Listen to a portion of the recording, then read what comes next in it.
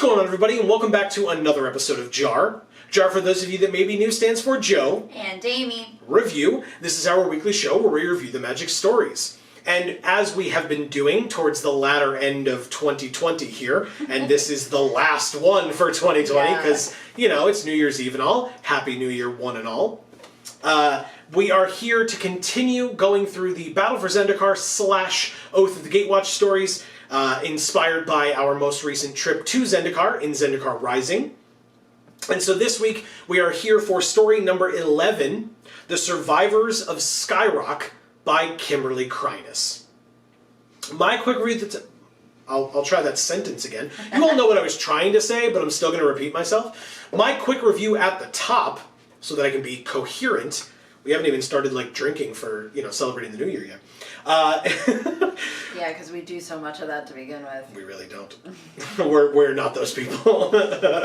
We have a toast at midnight and then get ready for bed. Fuck it. It's all good. Regardless.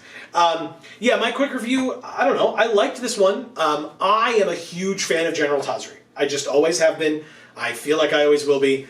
She isn't even General Tazri in this one, and I just still call her that. But yeah, so I enjoyed this one. She was very prominently featured, being a little salty, but still really awesome to see her. So yeah, I enjoyed this one. I think Amy and I were saying I didn't enjoy this as much as last week's, but that doesn't mean it wasn't good. So, you know.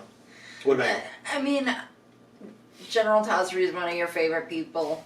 She's not necessarily one of mine. Sure. And Gideon never was. Right.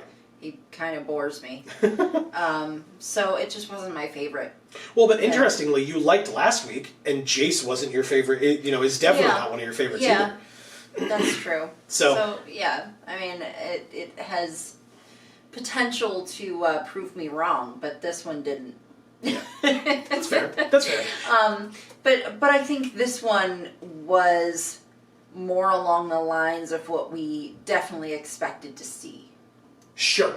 You know, like we knew this story was coming. Mm-hmm. You know, not necessarily that we knew how the general was gonna die or whatever, but we knew it was going to get to a point where the people weren't going to be able to continue running. Where General Tazri and Gideon were butting heads constantly, because that's what they do. So it was going to get to a point where we were going to start seeing those things happen. And this story was the one. Yeah. Yeah, and again, it was good. It was a little the ending was a little cliched, but regardless, if you are interested, as we have been doing recently, if you are interested in reading this story for yourself, especially because it's a bit of an older one, instead of making you just go search for it, no big deal. Check the description down below. The top link will be the link to this story, so feel free to go read that, and then we would love it, of course, if you would come back here and join us, give your opinions, etc. So, on to the full review itself. Yeah, we start with Gideon bringing a waterfall over so that people can have water.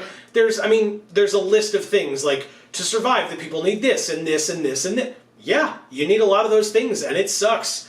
But I agreed with Gideon, especially when the landscape is deteriorating around you. Yeah. It makes it a lot more difficult to go and find food or go and get water. Yeah, I agree. So on top of it not being safe to kind of go anywhere. Right. Because every trip you make, you're not sure if you're going to come back. Right. Right, or if you're going to bring something back with you, like tailing you. Yeah. And honestly, they're talking about going out hunting and stuff. Those creatures are going to be attacked by Eldrazi too, exactly. So that's not very easy. It's going to get to a point where those resources will no longer exist as well. Yeah. So. And also, I agree with Gideon in so much as, and as with most of my knowledge, I know it through pop culture, not through personal experience, but I agreed with Gideon's commentary towards Tazri. Tazri shows up and is very upset that Gideon is wasting his time with 6 able-bodied people moving an entire waterfall, one of the bowl islands that is pouring water out of it. They like pulled it towards them so that they could have clean water for people to drink, bathe in, etc. Like, you know, for morale purposes as well as for sustenance and actually being able to survive. And Tazri said, you know, this is a waste of time. You could be out hunting and getting a lot of food for us. It's like, first of all, this is gathering resources. Right. Water is much more important than food. Yeah. Much more, because you need to make sure that people stay clean. That's a way to keep things clean, is with water. You also need to make sure people stay hydrated. Yeah, they're gonna die a lot faster without water than without food. Correct. And this knowledge I don't have through pop culture, even though, despite what I just said. But yeah, human beings at least, and obviously, you know, this is a fantasy world, so it could be slightly different rules, but it's probably not, because a lot of what they do is based in reality. So the human body, it's the rule of threes, so it's like 3 days-ish, give or take, without water, 3 weeks, give or take, without food, and 3 minutes without air is typically the way that progression goes. Is how long 3 people can ways to survive. die. Yeah, but that's typically the way that progression goes. So the difference between 3 days and 3 weeks when you're trying to survive is massive. So yeah, I 100% disagreed with Tazri, despite my love for her. I disagreed with Tazri and agreed with Gideon here, just because water is super important, but also for morale. Yeah. He mentions that morale is super important. Like, if these people are thirsty, they're hungry, they're beaten down, they feel defeated, well, people are gonna start dying faster. Right. And or are gonna be unwilling to go out and be a hunting party or defend themselves if a few Eldrazi show up. Right? If it's a full swarm, different story, I get that. And that's what Tazri's worried about. How are all these people going to survive an onslaught of Eldrazi showing up? Well, they're probably not. She's right. But you have to work for your best case scenario. Right. And if you have no will to live, you're not gonna. Yeah. So, you know, take away any purpose that you have for existing, because everything that you once loved is in shambles, and provide no other aspect of morale boosting anything. Mm-hmm. People are gonna start dying. Yeah. Regardless of, you know, the amount of food stores that you have. Yeah. Yeah, because they won't... They're going to realize that there's nothing else they can do. Right. And they're gonna go down with the ship. Right. Which is the entire plane of Zendikar. Yeah, yeah. I think you and I found this both interesting. There was a moment towards the beginning of the story where Gideon kind of internally mentions appreciating the beauty of Zendikar and thinking to himself that, you know, in a different life, or if this wasn't what was going on presently, that he could have seen himself living there. And he mentions climbing, hunting, exploring, and adventuring. That does sound like something Gideon might enjoy, but, I mean, knowing who he is, I don't know how well he would do. I guess that would give him that adrenaline rush and give him the ability to use his talents in as many ways as possible. Yeah, I mean, we haven't really seen lots of instances of him doing those things. Sure. But I can see him wanting to do those things as long as he was able to forge real relationships with the other Zendikaris. Because realistically speaking, Gideon would or could do anything as long as his relationships were solid. Right. That's who Gideon is. Gideon isn't activities. Gideon is people. Yeah. So... Yeah. Yeah. That's fair. I kind of think it wouldn't matter where he lived or what he did to spend his time, as long as he had people who he could care about as much as he cares about people. Sure. That makes sense. Yeah, so it wouldn't be a one-man show of climbing, hunting, exploring, adventuring, but But if he were right, but if he were in one of those explorer parties that we heard about from Zendikar Rising, which I found very interesting, because he probably would have done great with that. Fit right in. A little bit about Tazri versus Gideon here. We mentioned that the two of them were kind of back and forth at each other. The commander general is dying. And which they've known. Vorik, yes. Yeah, because he was attacked by Eldrazi. He was dying from that. He was being corrupted. There were healers working on him. Tazri is staying by his side. He was plugged in, essentially. Ugh. God, some of the descriptions were brutal. Oh my gosh. Holy crap. Of like him dying in this story. Coughs up a piece of corruption the size of a coin. Coughing up clouds of dust. Licking his dry lips with an even drier tongue, and both parts having flakes come off. Yeah.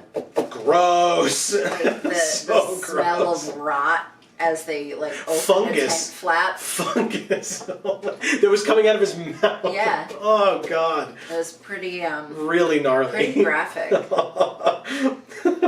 Great descriptors. I was going to say, in no way is that us saying that should not have been how that was written. Correct. It was really, really good. Yes, that was very well done. Oh my God. Despite whether you would have wanted it to be or not, it was well done. Yes. But Tazri thinks that they should evacuate further. We need to keep going. We need to run.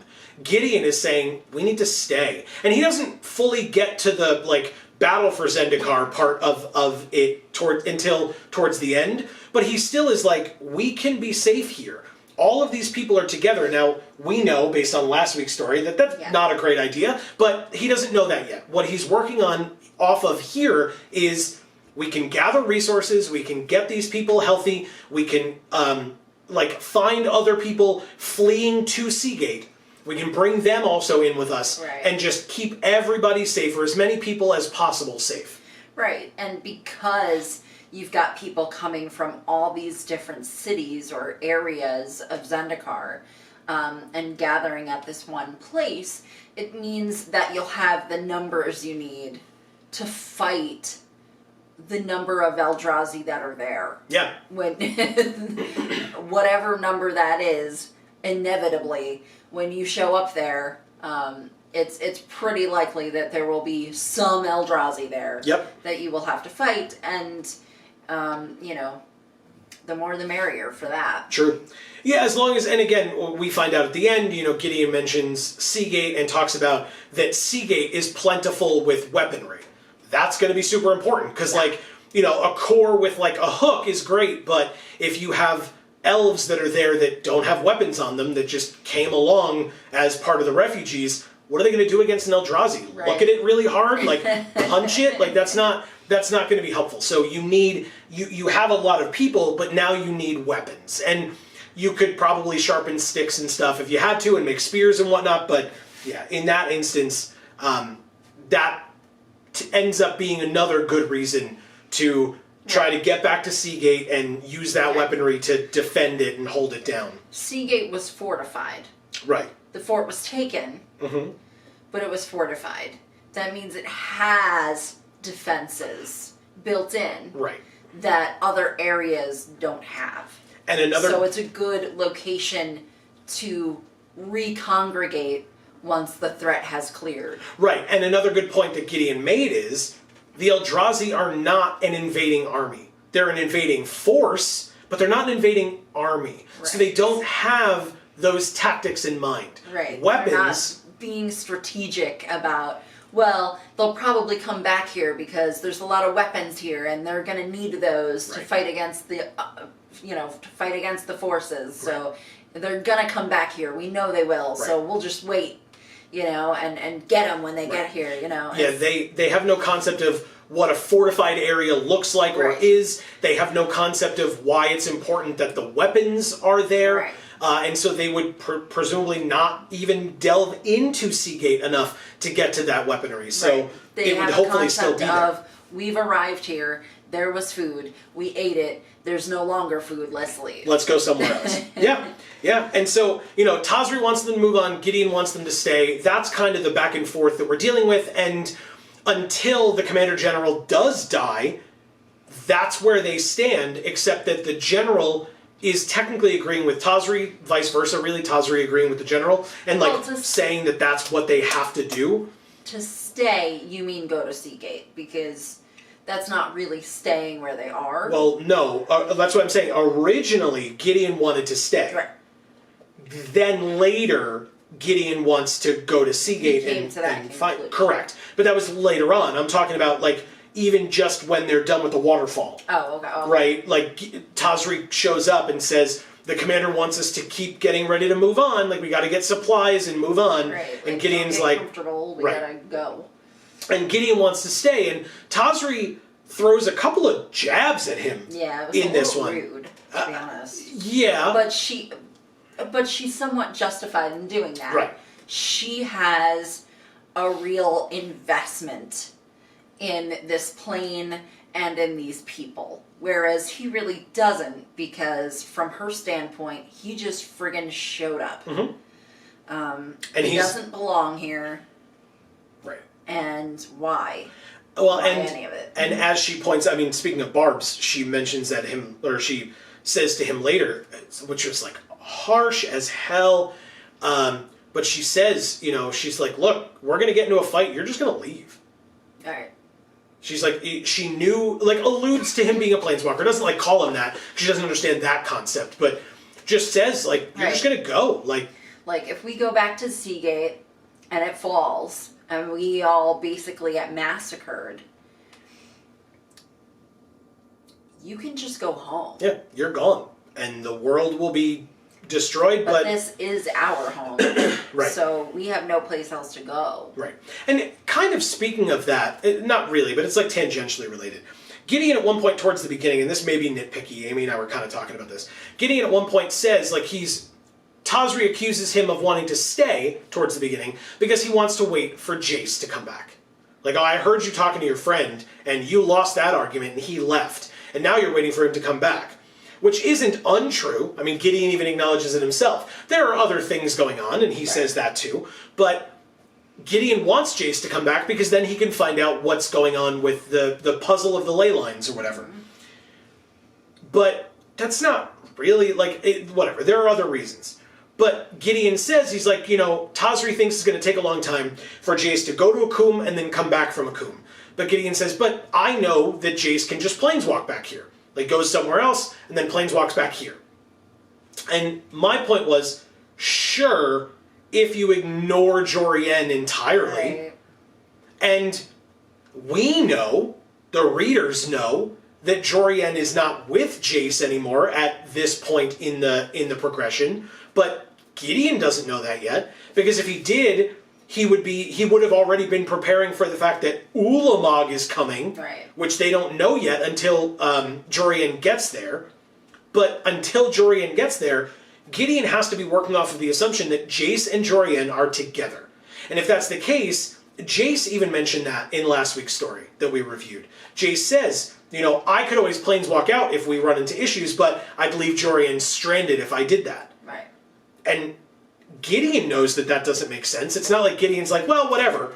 And I was saying to Amy, the only thought I had in terms of why Gideon would say that, oh, well, Jace will just planeswalk back, is if he truly thinks, like, okay, Jace will have solved the puzzle of the ley lines, and he can come back, explain to us what we have to do, we do it, and the threat of the Eldrazi is fully wiped out.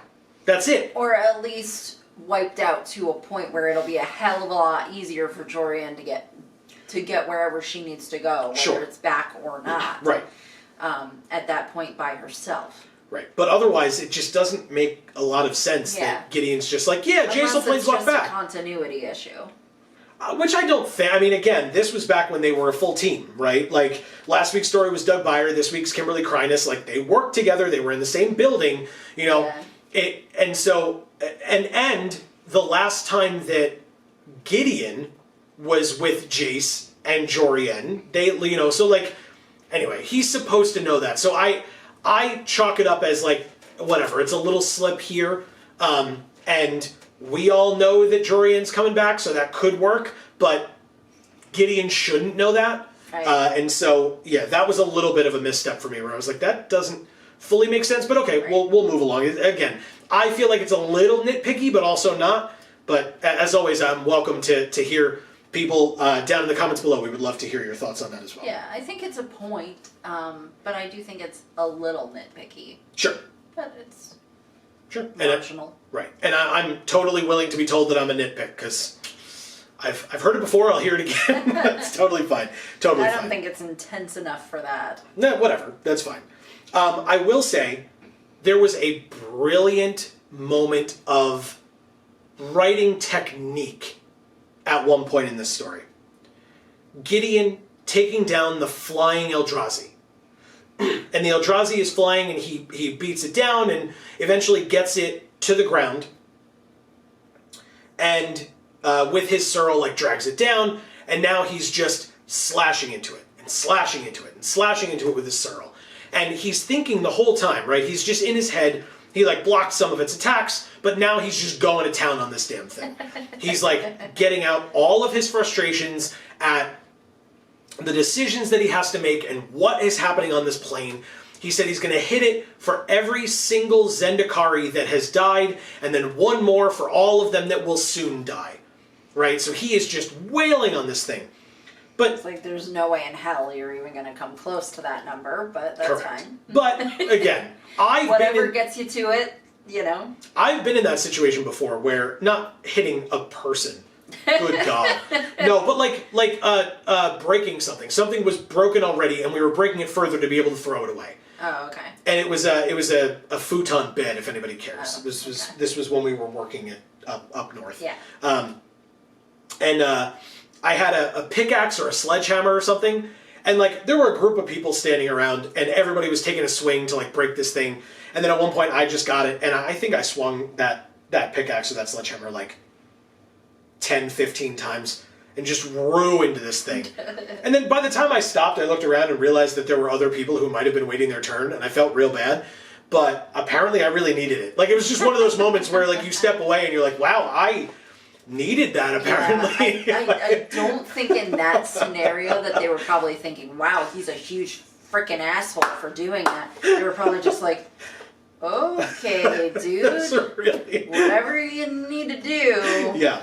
It was a thing. I'll just wait over here. It was definitely an experience. That was a weird time. But so from that aspect, I get it. Where like you're like in your own head and you're just doing something over and over again, and then by the time you're done, you're like, oh God, like, look at what happened. What have I done?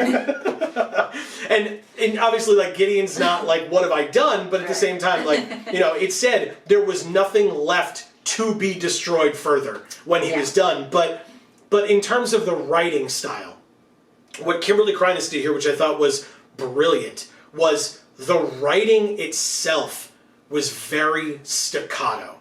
There were line breaks and paragraph breaks, and it was written, like, the sentences were very short. There were a couple of sentences towards the beginning of the story that I noticed, like, when I'm reading it, because if you're unaware, I read the stories out loud, Amy listens, and then we you know, write notes and come here to all of you, whatever. But I'm the one reading it out loud.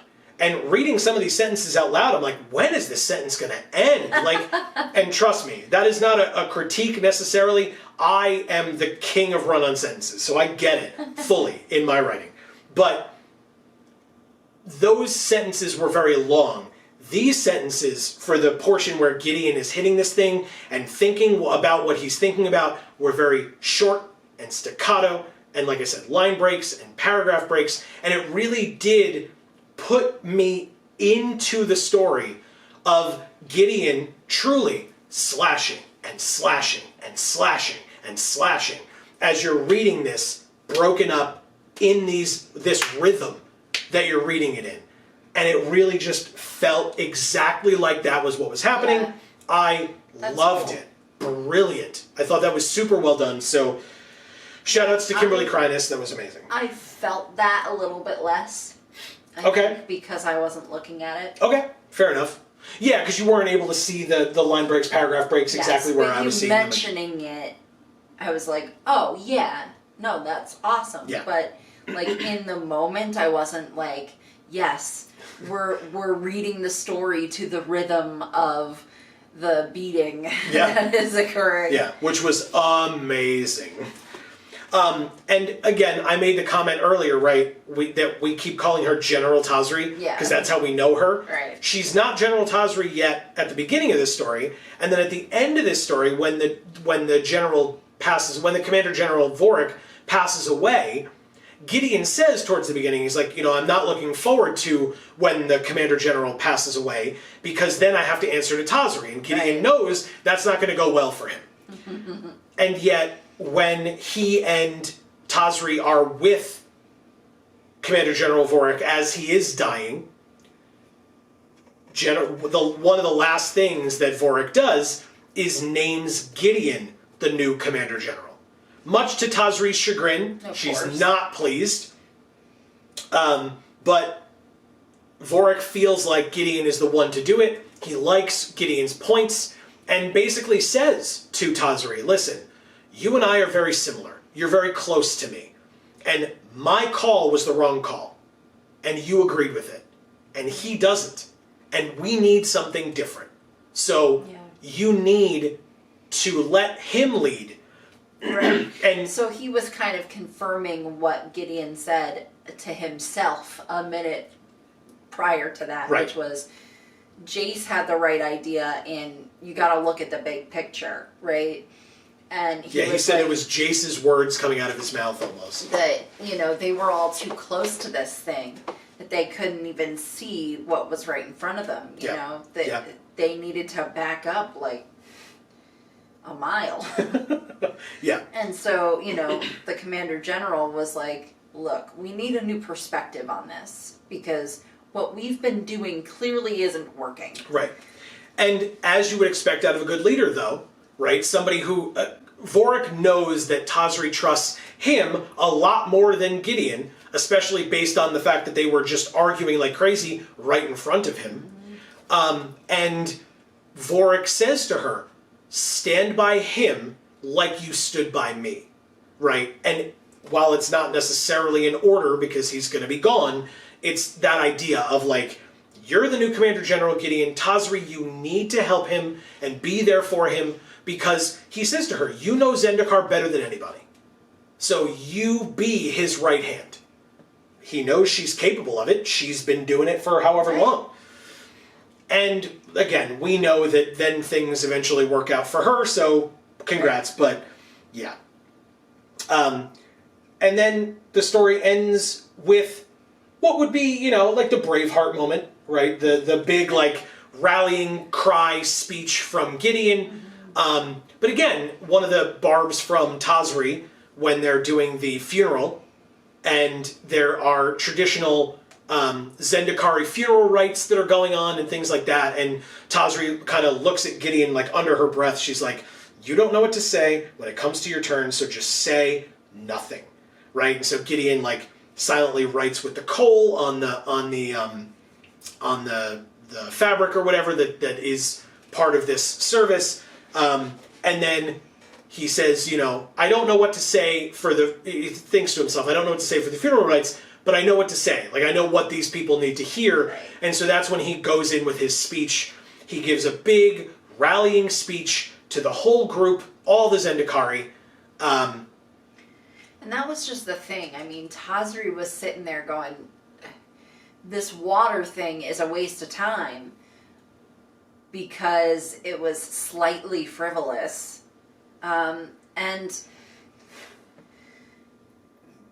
what she needs to realize is that if she wants to lead people, she needs to understand that there's a level of morale that they need to have. Yeah. And she doesn't really grasp that yet. Well, and not only that, but a moment of reprieve. Right. So, like, the water was morale because they were satiated, right? They were hydrated in that moment. But she was upset because some of them seemed to be, like, frolicking in it or, like, letting it hit and fall on them a bit. Well, yeah. That's the euphoria of like, thank God this is finally here for us. I'm going to take a second and just stand under this pouring waterfall, right? And she is sitting there looking at it and going, look at this silliness. Like, we need food or we could die, and these people are playing in the water. Yeah. And it's like, yeah, but give them 5 minutes and they'll go hunt for you all day. Right. But they need 5 minutes to just, no pun intended because they're not actually doing that in the waterfall, but take a breath, right? And relax and smile for a minute. So, yeah, that was definitely a big sticking point for me of like, no, you don't get it. Like, they need this. Like, if you're going to just be a slave driver, right, and be like, nope, go get more food. Nope, we need more supplies. Nope, go back out and do this. You're able-bodied people, just go. It's like, no, just 5 minutes, 10 minutes. Like, it's all they need. Yep. So, yeah, I mean, again, I love her, but Vorik was right, and Gideon was the right person for that title in this instance and in this moment. In the future, different story. Who knows? Yeah, and we will see from that. We know, but right, but Gideon, the story ends with this big rallying cry, this big morale boosting speech, and to the point where the Zendikar people cheer so loudly that the Hedron itself shakes. And there's that morale. There is the... Gideon becomes either a symbol, if you want to say it that way, or a person to rally behind. And for these people to get behind and trust. And like I said, or alluded to at the beginning, then now we will get into the battle for Zendikar. Right. Right? So far it's been saving people's lives and figuring out puzzles. Now it is, these are the people of Zendikar. We are going to fight for our world and do what we can. It's a war. Yeah. And it's, again, I am... Before it was kind of leading up to it, and now it's the real thing. Right. And Gideon and Tazri know how to fight wars against armies. This is different. And so they're going to have to shift their focus a little, but they can get there. They can do it. But, I mean, the cool thing about that, too, is you can use that to your advantage. Oh, absolutely. In a big way. Like we said, once there's no longer food at Seagate, they will leave Seagate. And then Seagate will be open and free for them to just walk up. The thing that's going to suck is if they show up there and there are Eldrazi still there. Right. Or if they show up there and Eldrazi go, oh, there's a tasty morsel, let's just go right back. Right. We just left, we're not even far away, let's just scoot our little tentacles back on over. Yeah. Well, and again, it definitely works in their favor, but also it can work against them as well. Because you can look at an opposing army and think, okay, well, it makes perfect sense that they're going to come in from this way, not from this way. Well, you can't do that with Eldrazi. You can't predict them. They're unpredictable in that way. So it trades off. I agree with you that I think that using their lack of experience to the Zendikari's advantage makes perfect sense and will be better for them than having to expect the unexpected more. Right. But yeah, there is that little bit of a trade-off, but it's only a little. Yeah. Just as a reminder, before we close out this episode, tomorrow, so this is going up on New Year's Eve, so as we said, Happy New Year. We hope everybody enjoys their celebrations, whether you are able to spend it with family, whether you're doing it digitally, as long as you are all continuing to stay safe and happy and healthy, that is the most important part. That is what we care about the most. And that's you and your loved ones. Yes. But if you are looking for something to do tomorrow at the end of the day, New Year's Day, you are more than welcome to come join us as we continue our stream. We are streaming on New Year's Day, just like we did last week on Christmas Day. We are streaming on New Year's Day from 8 to 10 p.m. Eastern right here on this channel. We are playing Marvel's Avengers, the new game from 2020. We have been having an absolute blast. The game is sick. So we encourage you to join us, and thank you in advance for doing so. If you miss it, though, don't worry. The VOD will be up on Video Games for All, link in the description, the next day, Saturday. So definitely check that out as well. We appreciate each and every one of you. We did not do like an update on the channel for the end of this year, beginning of next year, because we're kind of going to continue on as we've been doing. And as things change, maybe we'll make an announcement video towards the beginning of next year, maybe we won't, but we hope that you all enjoyed our content in 2020. I want to specify that because, 2020 was a hell of a thing. Right. There were a lot of things to not enjoy this year. Yes. But we truly appreciated the opportunity to be here with each other, first of all, quarantined, self-isolating or whatever, staying healthy ourselves, and then being able to utilize that free time and that ability that we had to be together to produce as much as we could for all of you, right, so that we could possibly bring a smile to your face in a time where you may not have had other ways to do it. And we hope that was available to you if that was something that you needed or wanted. And if not, we hope that you enjoyed our stuff regardless. And we hope, again, as always, that everybody is doing well. That is the most important thing. So we roll into 2021 with high spirits, high hopes, and just as much content as we could possibly put out. We hope that you have enjoyed everything that we've done this year, and here's to more in the future, right? So, thank you all so very much for watching. Also, for all of the JaARs that we have made this year, all of the JaARs that we will continue to make next year, as we continue with Battle for Zendikar / Oath of the Gatewatch, and as we move into Kaldheim in the coming weeks, whenever those stories are released, you better believe you come here on Thursday for JaAR, and we will be here to talk about them as soon as it is post those stories being released.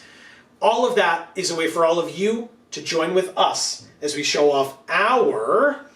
#Vorthos Pride. Yes. So thank you all so much for an amazing 2020 here at Geek for All. We hope that everybody goes into 2021 smiling and happy. But for now, from us here at the Geek for All family of channels, I have been Joe. And I'm Amy. And as we always say, in whichever video of ours you watch next, we will see you all next time. Thanks, everybody.